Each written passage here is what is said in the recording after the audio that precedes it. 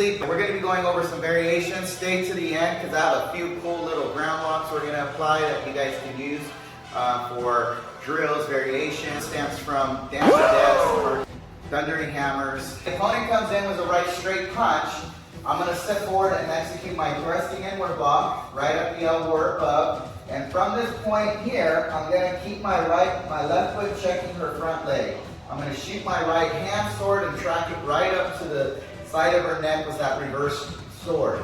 Okay, so I'm hitting right to the side. At this point, what I'm going to do is I'm going to drive this forearm in. There's two ways to do it. Okay, so depending on how deep you are with this, it depends on how your choke's going to be or your sleeper hold.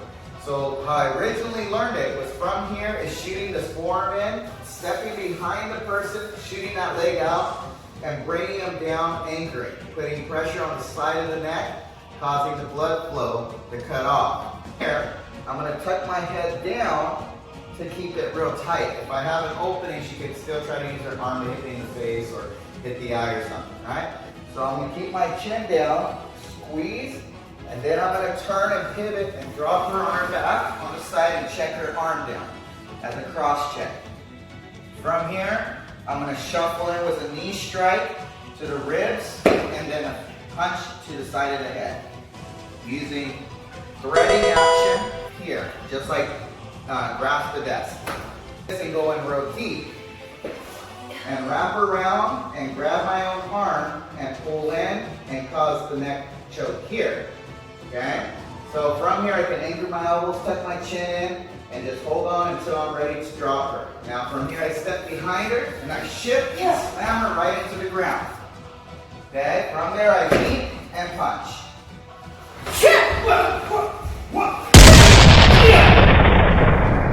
Different ways you can apply the choke. So if I'm Mrs. Perez here, yes, sir. Like I talked about, when you take the block on the outside, make sure you're checking the front leg. First thing, you want no gaps open so you can get hit in the groin. Okay, that's one thing you want to be careful with.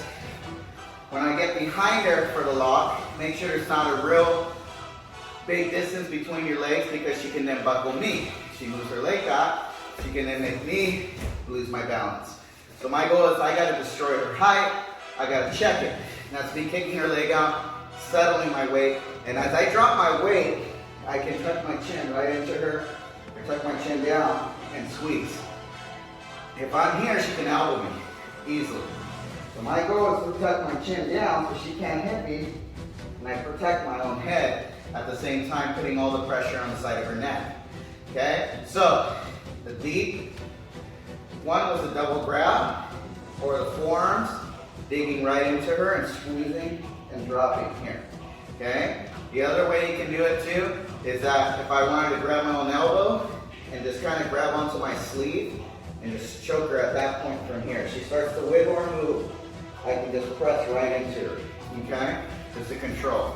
So if it's a taller opponent, I'm gonna buckle the opponent down until I know I can put him in the lock and then take him to the ground.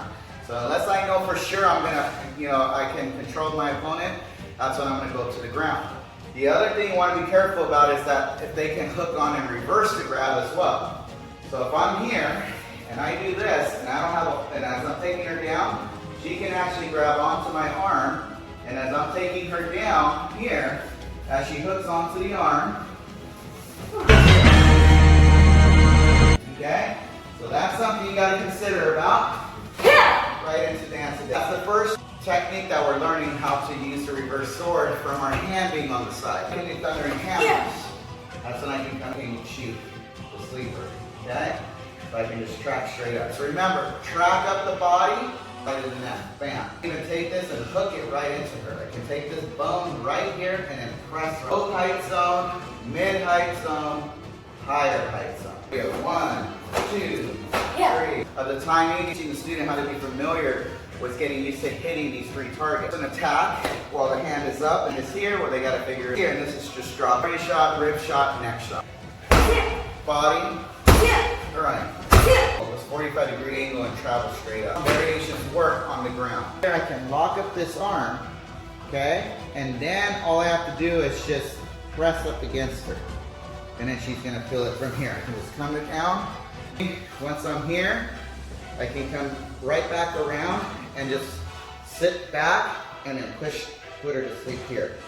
And now I got this hand available. Okay, so I can use this one arm. There's some variations on the ground you can do. You can hook the leg up. I appreciate your time being here. Keep up the good work, guys. Kenpo crew, keep on going strong. We'll see you in the next one. Thank you. Thanks for watching the video. Click on the bell and subscribe to the YouTube channel.